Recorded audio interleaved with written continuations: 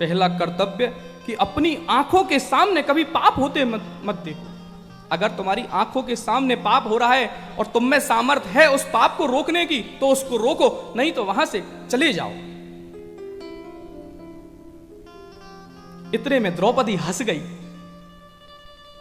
भीष्म पितामह बोले, द्रौपदी क्या बात है, तुम क्यों हंसी? बोले, आपने बोला कि पाप होते नहीं देखे, तो यही पाप तो आपने देखा था जब वो दुशासन मुझे भरी सभा में लेके आया था और मेरा चीर हरण कर रहा था,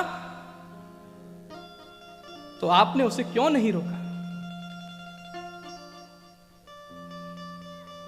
भीष्म पितामह रो गए। रोते रोते बोले, ये भीष्म पितामह जो है ना, 12 रत्नों में से एक रत्न है, भगवान के 12 रत्न हैं। भीष्म पितामह बोले, बेटी ये बाणों की सैया पे मैं इतने दिनों से पड़ा हूं, 54-55 दिनों से मैं पड़ा हूं, मैं क्यों पड़ा हूं? क्या अर्जुन में इतनी शक्ति है जो मुझे मार दे? क्या इंद्र में इतनी शक्ति है जो मुझे मार दे? मुझे इच्छा मृत्यु का वरदान मिला है, किसी में इतनी सामर्थ्य नहीं जो मुझे मार दे। लेकिन मैंने अपनी आंखों से पाप को देखा, उसी पाप को मैं आज भोग रहा हूं। रोम रोम में बाण छिदा हुआ है,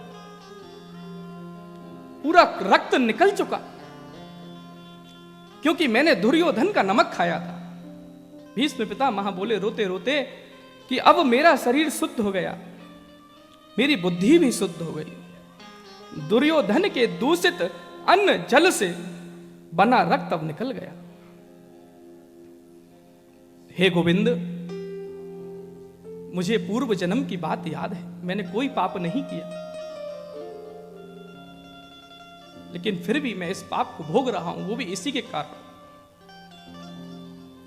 द्रौपदी ने चरण पकड़े, बाबा मेरा आपको मन के कष्ट देने का कोई दायित्व तो नहीं था।